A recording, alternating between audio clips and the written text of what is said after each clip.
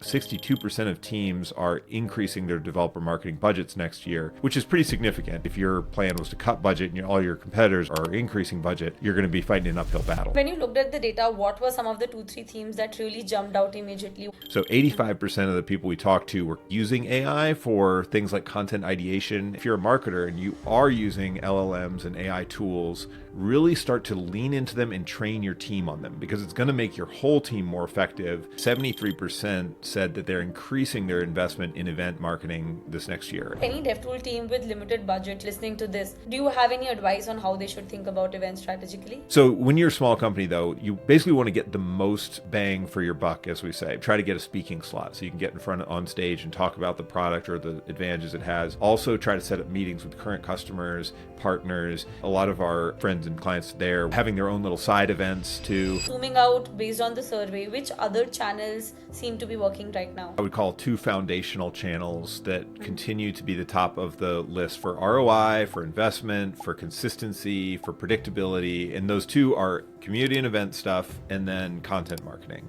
Content marketing has many different shapes and sizes. You could anything from SEO and top of funnel type stuff. Now AEO or GEO, 60+% are investing in those and seeing positive ROI. The next tier down are like the situational channels. So this would be social and word of mouth kind of marketing. So social media, influencer type stuff. Paid marketing tends to be in the second bucket of like situationally very good. And then email, newsletters, and kind of that long-term relationship building through lifecycle marketing. That was also in this kind of like situational category, because some products, they really benefit from building up their own internal like community or newsletter. Hello everyone, welcome back. So today we're digging into how developer marketing is evolving. Over the past couple of years, developer marketing has really gone through a pretty big reset, from how teams invest to how developers are actually discovering and evaluating tools, what channels are working. Everything has gotten a reset. And today we're joined by Karl Hughes, the founder of Draft.dev, who recently ran a developer marketing survey to actually understand what's happening across DevTool teams today. And we'd love to unpack the insights, talk about what was most surprising, and also translate this into takeaways for anyone from the DevTool team listening to us today. Karl, welcome back. So good to have you again. Hey, it's good to be back, Disha. I feel like we just spoke. I mean, it was probably 6 months ago now, but it was a lot of fun, and I'm glad to be back to talk about some new stuff we're working on, yeah. Yeah, and I think the last conversation was so insightful, Karl, so really looking forward to this one as well. Would love to, begin with understanding what was the goal of the survey and why did you decide to run it now? Yeah, there have been companies in the past that have done developer marketing and relations surveys, and I noticed in the last couple of years, some of them were not doing them as much, or maybe didn't release the answers publicly, and I kind of just realized, like, this is good information for us to have and obviously to share. So with Draft.dev, because we do content exclusively for developer tools companies, we work with a ton of developer marketing teams. So we're in this nice position where we get to talk to these people every week or month, and we figured, why not ask them a few questions? So the way we did this was send out emails to a lot of our former clients and current clients, former prospects, people we've had sales calls with, people that are in our network that we've just met along the way. We did this in person at KubeCon as well, so some people listening may have seen us there. I know we got to meet in person at KubeCon, which is fun. So anyway, it was a mix of things we wanted to ask about, but essentially, just like you said, Disha, this industry is going through a lot of change. AI is very much a big part of every conversation, and every product is being positioned around AI now. And so that means a lot of the marketing and channels that people are using have kind of shifted, and budgets have shifted, and we like to get a sense of that, and then we like to share it, because then other people kind of know, are we on the right track? Are we following what everybody else is doing? Are we doing something completely different? Is that good? Is that bad? I don't know. That's up to them to decide, but we can at least get the data and send it out there. Understood. Makes sense. And before we move to the results and our findings, would love to understand the lens here. So who participated in this survey? Was it small companies? Was it big companies? What kind of DevTool teams did you had the opportunity to talk to? Yeah, fortunately, because this is such a specialized market that we work in, we work with teams of all sizes. So we had several, over a dozen respondents, I think, were in that like big corporate 2,000 plus employee range. And then a lot of them were in that mid-sized company, and then a long tail of smaller startups as well. Some of the findings we broke out by those different categories where there was an interesting difference in how spend or how budgets were allocated or how people were focusing things, which was interesting in some some ways. And in a lot of ways, a lot of this stuff becomes kind of universal as you look at it and you realize that there's not that much different in the way that bigger companies do things. It's just maybe a sense of scope and scale that they have that smaller companies don't. So breaking it down by size was helpful. We didn't do, and this would be a bullet point for me next year, quite as much breaking down by audience or the type of product that the company had. And so we didn't want to pry too deeply into like what industry specifically do you work in. Although I will say that given the base of people we talk to, a lot of them are in pretty deep tech. So a lot of data and DevOps and platform tools, Kubernetes tools, things that are pretty deep and technical. Understood. Makes sense. And in terms of size, I understand it's a broad cross-section of DevTool companies, not just focused towards early stage or big enterprise. Yeah. And another thing we asked was about like how up the chain is your decision maker? Because some of these tools are developer first, very bottoms up. They want to attract lots of individual developers who will then bring it into their boss later or maybe buy their own small subscriptions. And other tools we talked with were very top down. They had a C-suite type decision maker that they were trying to attract. And then everything else they do in marketing was kind of just to enable that. So that probably that's going to impact your marketing channels and your mix for sure. But at the same time, a lot of the fundamental core things still stay pretty relevant, with some exceptions. Understood. And when you looked at the data, what were some of the 2-3 themes that really jumped out immediately and anything that really surprised you? Yeah, so I'll start off with like last year, 2025, when we didn't do this survey formally. This is our first year of actually pulling all the data together. But when we did this anecdotally, we did it a little more informally with clients. So in 2024 to 5, when we did this, budgets were very tight and everyone was nervous. Just again, like not 100%, but it was much more the vibe was, we're going to wait and see. Part of it was in the US, we had a new administration coming in with a lot of changes around tariffs, and that was like causing a lot of uncertainty. AI was also, the LLM sort of zeitgeist was at its peak maybe in early 2025, and there was a lot of talk about what that was going to do to this industry, and everybody was trying to reposition around that. A lot of marketing teams were getting pressure to use AI to basically replace themselves and spend as little money as possible on marketing. And, over 2025, what I think people realized was, some of the work that LLMs can do absolutely will help you in marketing, but it isn't a replacement for good, cohesive strategy or very strong senior marketing talent. And so that fear kind of started to go away. Tariffs kind of normalized and seemed to be in a place where we kind of know what's going on. And then there's just been a little more confidence overall in markets and in tech. So that may change as the course of this year goes on. But as we surveyed people, why I mentioned all that is that one of the bigger findings was that 62% of teams are increasing their developer marketing budgets next year, which is pretty significant. And the rest, a lot of those were either staying the same or uncertain. And only a very small percentage, under 10%, were saying they knew they were decreasing their budgets at this point. So that's a good sign as far as the healthiness of this industry and of this space. And then if you're a marketer, it's good to know that your competitors are going to be spending more money next year. And just keep that in mind. If your plan was to cut budget and all your competitors are increasing budget, you're going to be fighting an uphill battle. So a lot of positive sentiment and a lot of propensity to spend when it comes to developer marketing. That is what. Yeah, that was one takeaway. And you asked about others. Another big one that I was really interested in was the usage of AI in marketing, because it has completely changed the way we work at Draft.dev, to be candid, and in a good way. I mean, it's gotten us to where we can produce content faster. We're helping keep up with data and analytics more easily. It's automated some of the parts of our sales and onboarding process. I mean, it's been huge. Now, it's taken some work to get there and a lot of experimentation.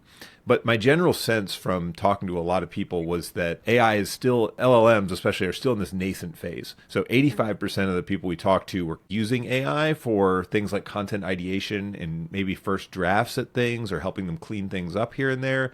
But they were still pretty skeptical of its ability to completely work across the whole marketing stack. And then another thing that was really interesting was a lot of these companies that we talked to, they didn't have a standard set of rules or ways to use AI. So, for example, there might be 5 people in the marketing department. One of them likes ChatGPT and they're using that. The other one likes Gemini and they're using that. Another one likes Claude and they're using that. So there was a ton of people using different tools within the same company, and none of it was really officially sanctioned, which has a couple implications. One is it's a little bit scary if you're worried about security and data, and in internal plans getting leaked, through some of these tools, because LLMs sometimes use this for their own training. So you have to be careful of that if you're not aware. And then the other one is that companies aren't necessarily giving people how to use these tools yet. They're just telling them, hey, we got you a ChatGPT subscription, go wild. And that's not really that helpful for a lot of people who aren't maybe like me, who aren't geeks. They're exploring these things every day. So anyway, my takeaway there is if you're a marketer and you are using LLMs and AI tools, really start to lean into them and train your team on them, because it's going to make your whole team more effective. And if you're one of those people who's not learning these tools, you're just like, well, ChatGPT didn't do a very good job, so I'm not going to use it. You might want to take a second look at it. The agent tools are getting better. The LLMs are still, they still have limitations, but there's ways you can use them productively. So anyway, I encourage people in this space, like there is a lot of mileage we can get out of LLMs and AI, but it does take a bit of work still. It's not the easy button. It's not something where your company is going to give you a subscription to some AI tool that's going to make writing 1,000 blog posts super easy and high quality. It's going to take a little bit of work on your side to manage. So anyway, it's something to think about and something that I thought was really interesting in looking at this data. Makes sense. And I think totally agree, Karl, because I think every LLM or every AI tool has its own strengths and weaknesses, and it takes some time to figure out what it is good at. And if you're letting each of your member figure that out, it's just time wasted, right? You would rather, have this collective understanding of what you're using what tool for, and then everyone is doing that. And I totally understand on the AI workflows as well, setting up an end-to-end workflow, because that's tough. That's not an easy thing to achieve. Yeah.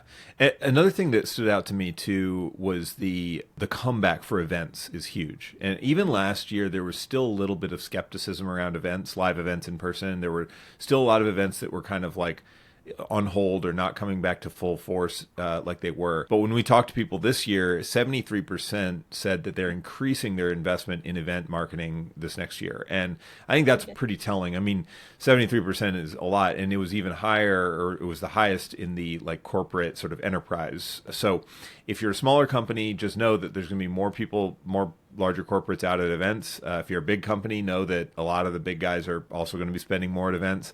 If you're an event like person who's running events right now, it's a good place to be. Because this is and it's true. Like I think what's happened is there's more flooding of the market with digital marketing and advertising and digital content. And so what that means is it pushes people out to where is there less competition. So I think it's really cool to see them coming back. And I hope that that kind of trend continues for a bit until it levels back out. Understood. And why do you feel that, the importance of events is back? I think you mentioned that, one is that we're coming out of COVID. Second is since there's so much digital clutter, it just always is better to connect in person. Is there anything else that the teams are getting offline which they struggle to get online? Yeah, I mean, I think a couple other things that they're related to those 2 points. One is during COVID, a lot of companies went remote, and a lot of engineers built their lives around working remotely. It's nice to see people in person. Coming back is actually kind of fun. And so some companies have certainly done the return to office thing, but a lot of engineers have stayed remote since this. I mean, I'll say anecdotally among my friends, almost all of them moved out of the center of the city. Only one or two still have an office they go to, especially in startups that we work with. Very few have an actual physical office space. So I think we like to connect with other people, right? I mean, this is like a human thing, and we like to connect with people who are like us that we get to learn from and meet in real life. And so events are a way that's coming back, and an excuse for people, even if you work remotely from a small town, you can go meet your coworkers, you can go meet your community members, you can go meet the vendors you work with. It's a unique thing. The other thing that, we didn't include this in the survey, so this is more anecdotal, but a lot of people talked to me when we talked about events. They started talking about micro events as well, which could mean anything from getting 5 or 6 directors of engineering into a room together to have dinner, all the way out to like doing meetup groups. And I used to be a big fan of meetups here in Chicago. I was a part of several. I ran a couple, and I'm glad to hear them coming back because they had a really hard time, obviously, during COVID and even last couple of years. So companies are coming back and sponsoring meetups, starting their own little community meetups and events. More companies are doing the sort of world tour type events, like mini conferences that they do at lots of cities to meet with customers. So anyway, all that to say that like events are back. There's a lot of different formats people are trying. They seem to be very strong from an ROI ROI perspective as well. They rank among the top 2 channels for ROI, measurable ROI in developer marketing. They probably always have. But so anyway, it's a good channel. And I like that they're coming back, and it'll be interesting to see how they continue to evolve. Understood. And kind of any DevTool team with limited budget, listening to this, do you have any advice on how they should think about events strategically? Yeah, that's a good question because they can be expensive. I mean, getting a corner booth at KubeCon is like $100,000 or more. I think. I don't. You guys had a smaller one, so I'm sure yours was not quite that much, but it's expensive. Is my point. And when you're smaller, we've had some of our smaller clients that are Series A startups maybe have booths at conferences, and some conferences can still be worth it. If you think about it, it really just depends a ton on who your audience is and what the buying cycle is like and how many customers or prospects you have at that event that you can set up calls with or set up meetings with in person. So when you're a small company, though, you want to leverage, you basically want to get the most bang for your buck, as we say, but the most leverage out of every event you do. So if you do one and you have to get a booth to be a sponsor, also try to get a speaking slot so you can get in front on stage and talk about the product or the advantages it has. Also try to set up meetings with current customers, partners, anybody you can in person. A lot of our clients, and you guys included, but a lot of our friends and clients there were having their own little side events too. I think that's, again, you got to kind of do it all because the expense of flying your team in to go, to this one in-person event and buying all the tickets and buying the booth, it's pretty high. And so you want to get as much mileage out of it as you can. The other way to do it is to try with like smaller local events that might be cheaper, for the price of a couple boxes of pizza. If you're in San Francisco, you might be able to get 20 or 30 users together, and at least you can kind of get some people in person to give you feedback and build stronger relationships with. So really depends on your product, but certainly you want to think about how do we do this cost effectively, and then how can we measure its impact over the course of time. And I think this is something that we can talk about ROI and stuff later because that's a big, conversation point, and there's a lot of things there. Understood. I think agree. Once you meet offline, there's a different kind of connection that you can make with the person. So we also experienced this at KubeCon. The people that we were able to meet offline, we've had such strong relationships with them wherein we've been able to involve in a lot of initiatives with them. So I do understand the importance of events, and it's great to see that it's making a comeback. And you also mentioned that, events is one of the top 2 channels. So, zooming out based on the survey, which other channels seem to be working right now? Yeah, so for ROI, developer marketing has kind of always had these, what I would call 2 foundational channels that continue to be the top of the list for ROI, for investment, for consistency, for predictability. And those 2 are community and event stuff, and then content marketing.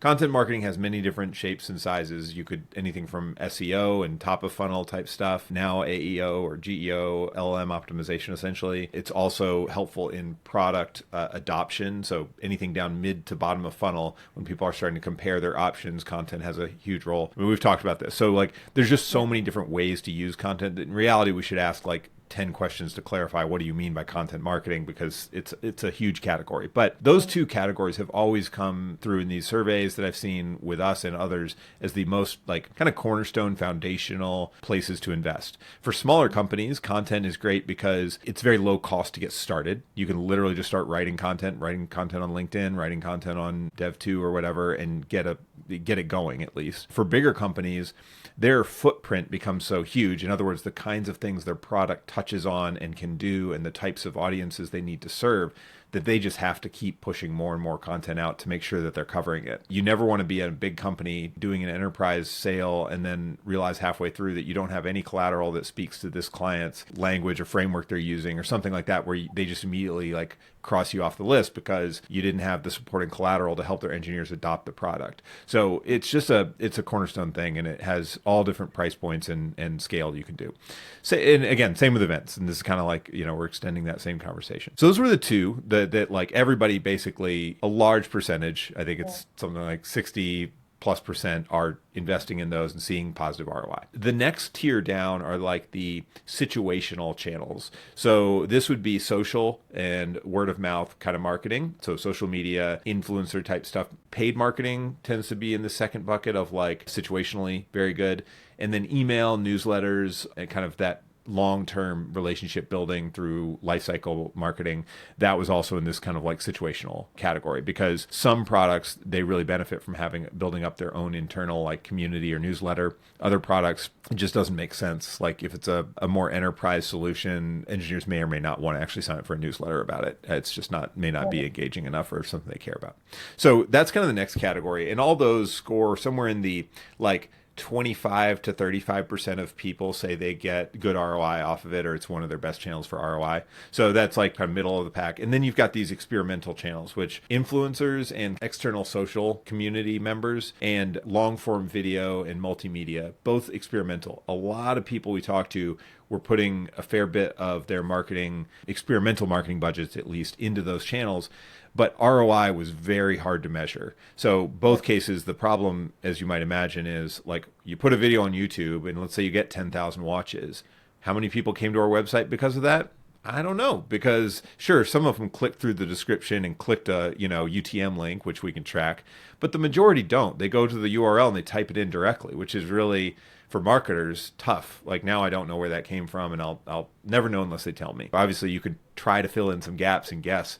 But my suspicion is that video will always be hard to attribute, and that's just because of YouTube being the dominant channel and we don't have full access to visibility on it. Same with influencers, though. And again, I don't think it's a bad channel. I think it can absolutely work. I've talked to several people who've said this has been great. But a couple things have happened in the last couple of years. One is there are a fixed number of meaningfully influential developers out there who actually have audiences of 100,000 plus followers that speak to the specific technical niche that you're going to be in.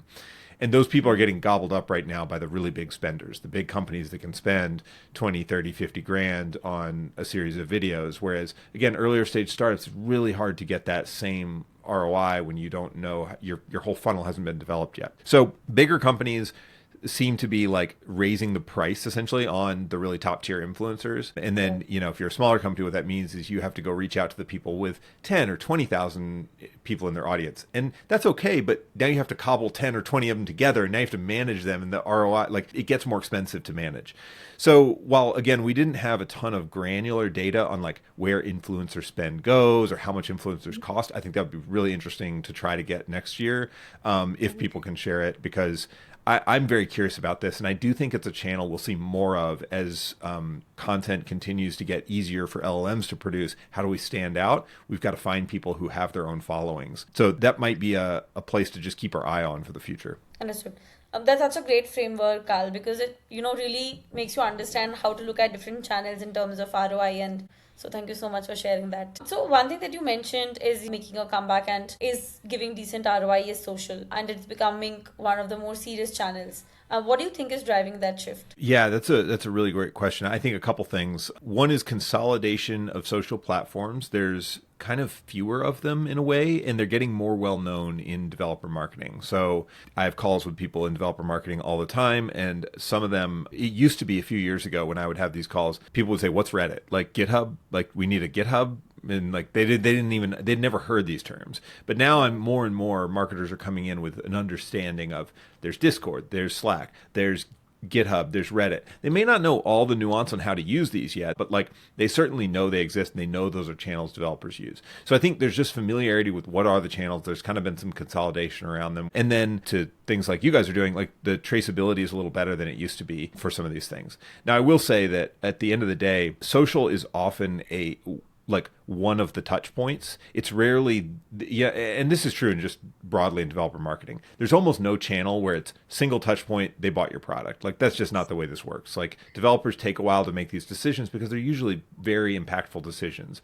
I always like think about it this way. Like I wouldn't go buy a new refrigerator just because somebody wrote a really good blog post on a refrigerator unless I was already in the market to buy that thing. So a developer might read your great blog content. They might read your great LinkedIn posts, and they now know your brand exists. But until they have budget and a real need to actually go replace their existing solution, you kind of just have to wait and continue to build that relationship.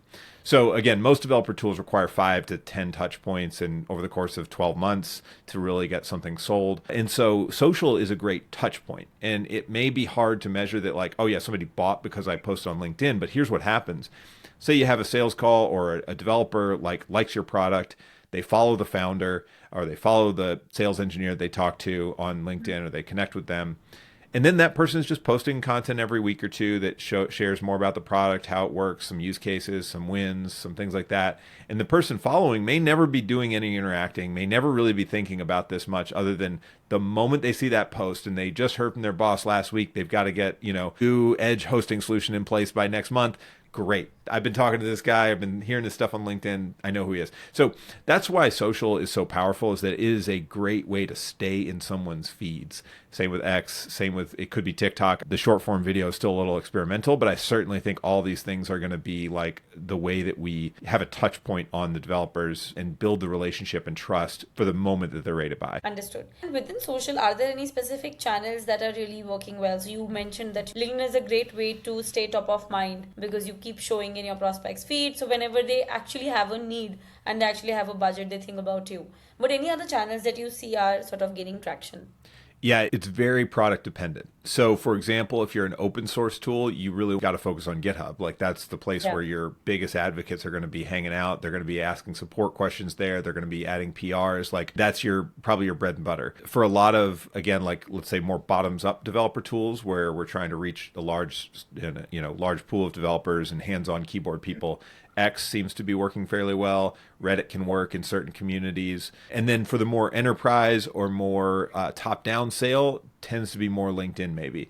But again, these are all kind of like broad tendencies. I would say there's nothing in the data that tells me you can't market a developer tool that's sold directly to developers on LinkedIn at all, or that has no value. I think it probably does. So it's probably more about finding where your current and future customers are already hanging out and just testing different social channels. We'll start with the ones that we think are most relevant or that our client already has the most following on, and then expand from there as it makes sense and as there's budget and time and resources to do it. Makes sense. So we do understand that content is one of those channels that will continue to give good ROI and people continue to invest in. But how should DevTools think about optimizing their efforts on content now with AEO coming in, with AI coming in?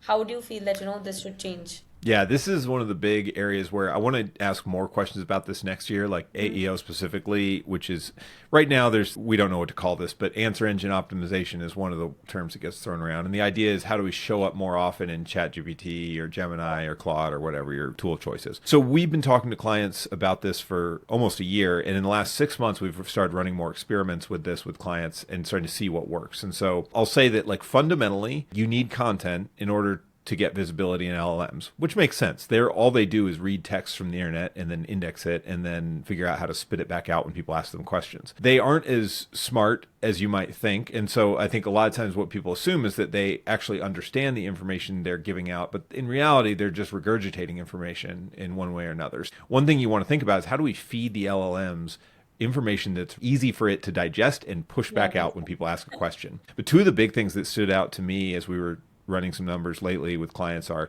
refreshed content. So content that's kept up to date tends to perform better. LLMs seem to be indexing stuff more frequently. And so they're pulling recency and giving a strong bias towards recency. So in other words, if you have strong content that's 2 or 3 years old, refreshing it should be your number one goal for LLM optimization, or the easiest win you're going to have. I just want to understand, I've heard this a lot, that you should refresh your content, but what does refreshing mean? What percentage of content do you need to change to make it stay refreshed? Yeah, that's a great question. And I don't know that we don't have a scientific answer for that, to be honest. The way we approach it is, we'll look for a piece of content that could conceivably show up in an LLM prompt that we're monitoring. And then we will figure out, like kind of backwards engineer, how do we make sure this piece of content is going to answer that prompt and any of the other related ones that we're tracking around it. In other words, usually it's pretty minor changes. And then the other thing you do want to watch for is like correctness. So again, LLMs are not smart. And so if you're posting about content that's, say, a product feature that was deprecated 5 years ago, LLMs think it's current because you just posted about it. They don't know how to parse the version numbers and things like that very well. So you do have to be you want it to be technically accurate and correct and up to date. And then you also want to make sure it answers the kinds of prompts that people are asking around this topic. LLM monitoring it's a black box, right? They're not giving us any real data yet. So we're using tools to try to like backwards engineer it, and it sort of works, but it's a guesstimate. Like nothing is perfect in this space yet. So take everything with a grain of salt. But anyway, so refreshed and up-to-date content seems to be working for increasing presence and traffic from LLMs. The other big one is external content. So this may play into that whole influencer, where we get the ROI from influencers. But what we're seeing is with each, new client that comes on, we also get them publishing content out on Dev.tool and Medium and HackerNoon and a bunch of other places. We'll get them publishing on other partner sites. We'll get our clients like cross-collaborating on things if it makes sense. And so what this does is it sort of gives the LLMs a greater surface area to find out about your product. So in other words, they're not just reading about, let's take Rio.dev. We don't just read about Rio.dev on your homepage and your comparison pages and your product pages. Now somebody wrote a really good article about how they're using it over here and how this feature was really meaningful to them.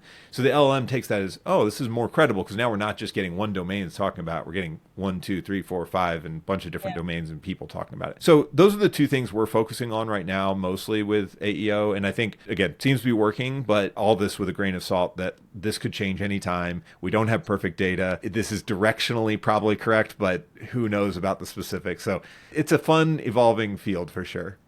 And the evolution is happening at such a pace, it's really hard to catch up. Because I think, so we were also discussing AEO at Rio, and we realized that, Wikipedia was one of the main sources, and then Reddit became one of the main sources. But then, they stopped over-indexing on Reddit, and then we had to change our entire strategy. Yeah. So I think it's quite fun to figure out. Anything in marketing, you have to be ready for it to change. But also, this is part of why I love Draft.dev and what we do. Fundamentally, if you are putting out useful content for people on a consistent basis, you will drive more interest in your product through SEO, through GEO, through social media. Like all these things will benefit from it. It's really just a question of how quickly can you push those results, and again, like these little micro optimizations, like Reddit's more indexed, so we're going to do more Reddit, and then you realize, they kind of backed off that, now we got to do more of this. Like all this stuff's going to change, and like I think it's hard to chase those little things all the time, but you can certainly find some overall, if you've got consistent content production going, you're going to be in a better spot than if you just let that languish. Makes sense. And what do you think about SEO? So do you feel SEO, AEO, do they go hand in hand, or should there be a separate strategy for SEO? What are your thoughts there? Man, great question. This is definitely evolving too. So we've been using a blended approach where we're kind of taking keywords and prompts and sort of figuring out how we can merge to get the most overlap, so we get the best kind of bang for our buck for every topic we're pursuing. But I don't know if that's the right long-term strategy or not. I think certain kinds of content will move towards LLMs, and certain kinds of content will stay relevant for the traditional search engine. So I'll give you an example. When I was looking into a new webcam not too long ago, I literally typed a huge prompt into ChatGPT about my use cases and my environment and my lighting and my, cost area, whatever. And I asked it for like recommendations on webcams. And like, it gave me a list, but it had all these like silly errors and things that like I wanted to double check because they just didn't seem quite right, So it did give me a starting point, which is great. So it answered my top of funnel. What's the best webcam for me? Like a really complete way. Whereas SEO wouldn't have done that. I would have gotten listicles of just like random things, that weren't relevant. So it did that first top of funnel, but I still had to go search each of these webcams individually and look at things like, oh, what are the actual specs here? What's the actual cost if I go to Amazon? Is that the right cost in my country? Little things like that. So I ended up Googling a bunch and doing traditional search as well. So I think that's what we're seeing more and more is this blended approach that people are using.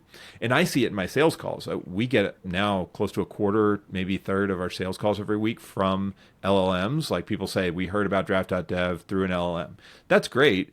And often those people come in and they started in the LLM, but then they also had to Google around to find some of our maybe past work we've done or clients we've worked with or case studies or whatever. And they come in with a bunch of information there. So I think we're starting to figure out like what are the patterns of usage going to be, and maybe over time people just move towards LLMs for everything. But I do think there's certain cases when you have certain specific knowledge that just might be easier to use traditional search. So we'll see. So your recommendation right now would be to do both and try and have as much overlap as possible. I think that's the easiest way from like looking at an ROI perspective. I don't think you need to build a separate piece of content for an LLM and a separate piece for SEO that talk about the same topic. Like that's probably just going to confuse things because they're ultimately both getting indexed by the same machines and getting put in the same databases. So you don't want to have like this duplicate content that they can't parse apart because one's optimized for LLMs, one's for SEO. Fundamentally, I think you want to have a single piece of content that answers the prompts that are relevant and the keyword that you're targeting or whatever, and is actually useful content for humans and is technically correct. But again, it's situational because if you're really focused on the bottom of the funnel and conversions, you might not care as much about SEO. So it depends. Very interesting. And I think the confidence in content still remains. Yeah, for sure. Understood. So, Karl, if you had to distill the entire survey into 3 practical takeaways for DevTool teams, planning GTM in 2026, what would they be?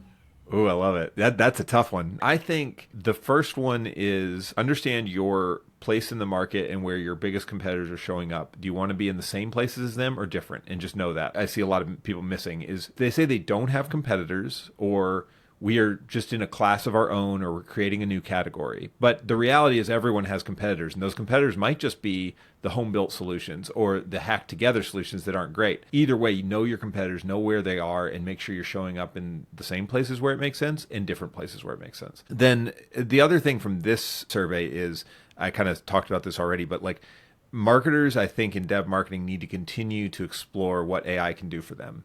Don't approach it with this fear of it's going to take my job, but instead ask, like, how can I get it to make me 10x more productive? Because the marketers that are going to like stay relevant and keep jobs in the next 10 years are the ones who learn to use these tools really well. The ones who are fighting it right now, I mean, this is, you're going to get left behind. And again, I'm not a like AI is going to solve all the world's problems or be perfect. Like it's not, yeah. But it is useful for certain things. And once you bake in like its own checks and you kind of build more robust processes with it, it can do a lot. And then the other is understand your experimental versus your foundational budgets. So I'll give you an example that illustrates this. I had an early stage startup technical founder come to me not long ago, and they kind of just said like, well, it seems like TikTok is really the place where people my age go, so we just want to market on TikTok. Look, for an early stage startup, like you want to have maybe one channel, fine. Like if that's what you want to do, fine. I'm not gonna fight you. But it's like the highest risk, lowest chance of guaranteed reward channel to pick. It's great for experimental budget. Take 20% of your marketing budget and say we're gonna go experiment with influencers. 20% is gonna go experiment with crazy videos on TikTok.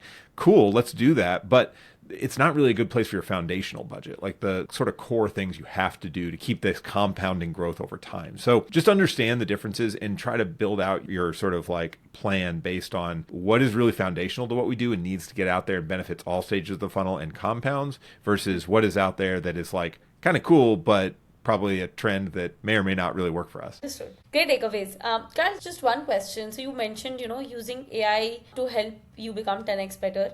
Just want to understand, are there any workflows that you are using which is really helping you in your work today? A ton. So we started working with, to disclose, this is a client, but also I really like their product called Zoe Computer. And it's similar to Claudebot, which I think has been getting a lot of play lately. So similar idea, though, where you essentially have this little operating system or virtual machine out there that runs LLMs and runs agents for you and then has its own file system. But you can get it to do some really complex things. So for me, it's like, hey, somebody asked for a meeting. Okay, I chat via text message to my Zoe computer and I say, hey, set up a meeting invite for Disha and I. You've got our email in my contacts. You've got my calendar. Go book it for us, right? And it just does that. Yeah, so I think things like that, like anything that 2 years ago I was using a virtual assistant for, I've slowly been migrating those workflows over to using AI. And I think what's cool about that is it gives everybody the potential to have their own virtual assistant once you get it all kind of tweaked. It does still take some tweaking. So I do admit I spend a couple hours on the weekend trying to get all that stuff right and make it build the skill that it needs to actually do all this stuff. So yeah, there's a little bit of time investment there. But anyway, so that's one personally. With the company, with Draft.dev, we use LLMs at a number of different places. Upfront during research, there's a phase where we pull data from Ahrefs as well as some of the LLM monitoring tools. That helps us with ideation and sort of picking topics as well as how we headline things and what we focus on in content. So for certain piece of content, it comes into play. We use it on the content production side now, where content is, there's always an engineer at the front and back end of the loop, but a lot of the middle part is written out or created with generative AI now. Same with processing comments from clients. So we often get dozens of comments when we have multiple reviewers on a piece of content. And so parsing through those and trying to understand how severe are these, what's the priority order, super hard problem. But now we have LLMs that read all these comments and kind of give us a concise like list of here's everything that was said, here's what we can action item, here's the conflicting questions. It's really cool. So it's helped a ton with a lot of these workflows. It enables us to go from a year ago, it took us 6 weeks to get clients spun up and started, to now people get their first piece of content in like 2 weeks. If you multiply this out to all the different marketing channels you have and try to figure out ways to optimize and automate this stuff, it's really powerful. Yeah, totally agree. I think we're also seeing the power of AI in our workflows at Rio, right from prospecting to doing research to, making sure that, when we are re-engaging with prospects, we have like bots which are able to tell us the entire context of whatever conversation has happened. I will say that like it does make me a little nervous about all this data going out to the cloud, and it depends. You got to watch your security a little bit. But I'm with you. I mean, overall, like there's so many 99% of the conversations I have are mundane and I don't care if Google knows them at this point. But yeah, I would say that like the benefit it's going to have on like being able to pull together tons of information that's out there and deliver it in a concise format is great. From my perspective, it could be that in a year or two, more of our content is read by LLMs than is read by people. I don't mind that. It doesn't mean it's bad. That's just the way things go sometimes. No, I think it's such an interesting perspective, Karl, because, we were just discussing this with the CTO of Rio.dev, and he was also telling us the same thing, that evaluation, like DevTool evaluation, is also shifting towards a place wherein it's going to be more agent-driven, wherein we're already seeing that a lot of documentation is being read by agents. So, this evaluation is also going to be done by agents. So you'll need to make assets which are more agent readable.